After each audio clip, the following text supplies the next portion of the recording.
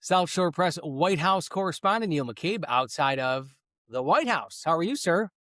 Hey, fantastic. Good to be with you, sir. Well, it seems like D.C. has a little bit more people now that the commander-in-chief is back home, correct?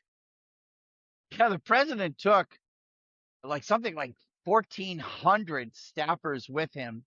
And so, yeah, this place was a ghost town. But, it was very important meetings. They had the defense minister NATO meetings, say 2 weeks ago. And this is the actual head of state meetings. And it's interesting because it was held in Ankara, which is it's not on the Black Sea, but culturally and economically, Ankara is tied to sort of Black Sea culture and commerce. And of course, across from the Black Sea is Ukraine.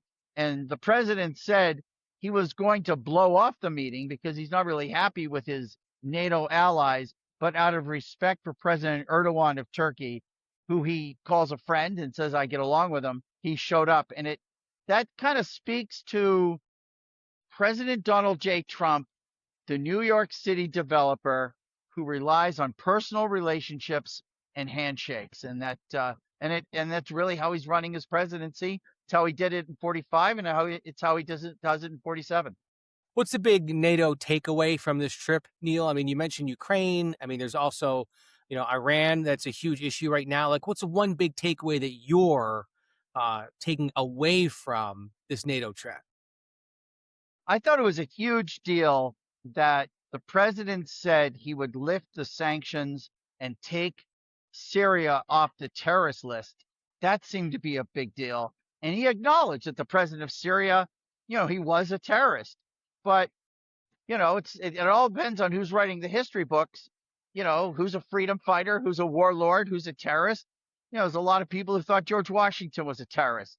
And so all is forgiven. So that's kind of a big deal. Syria's been on the terrorist watch list for, I don't know, 40 years, since 1979. You do the math.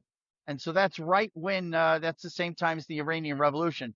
And I think the other big takeaway was that President Trump said that he would reintegrate Turkey into the F-35 project so that Turkey can get their 100 F-35s that they ordered, and their pilots can be training on them, and that they will have access to this most modern, fantastic fighter jet the United States has ever produced.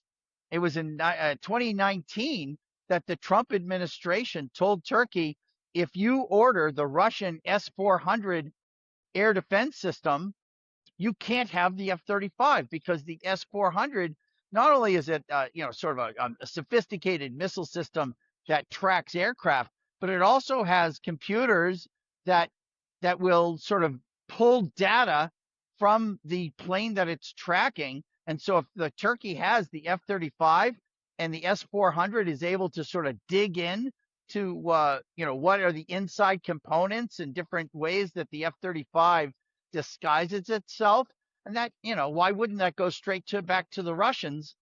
There were 75 pilots in the training pipeline to learn to fly the F-35 in 2019. There are 900 parts to the F-35 that are manufactured in Turkey. And President Trump said, now you're out. And now he's back in. And so, it's all based on personal relationships. He likes Erdogan. He trusts Erdogan.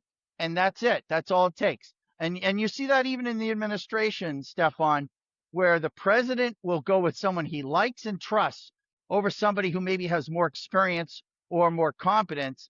And that's more so than in 45. In 45, he sort of went with a lot of establishment guys who sort of knew Washington and they knew how the government ran.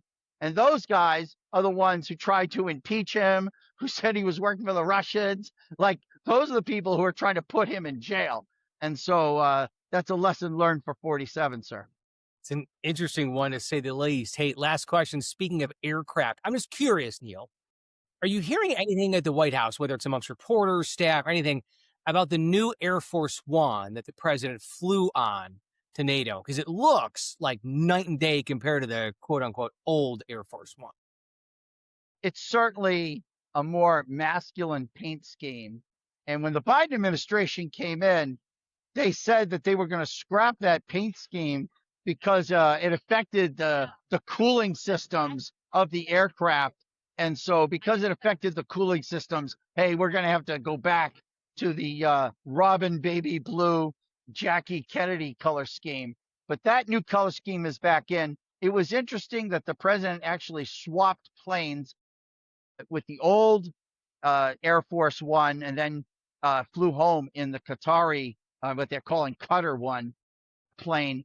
And people are saying that that's because the original, or so the old Air Force One had a more sophisticated defense systems and some of that other things that would make it more appropriate for flying in and out of a combat zone. And of course, as the president was leaving NATO, that Iranian theater got hot. And so that's all rumor intelligence on the decision why he swapped planes. But there you have it.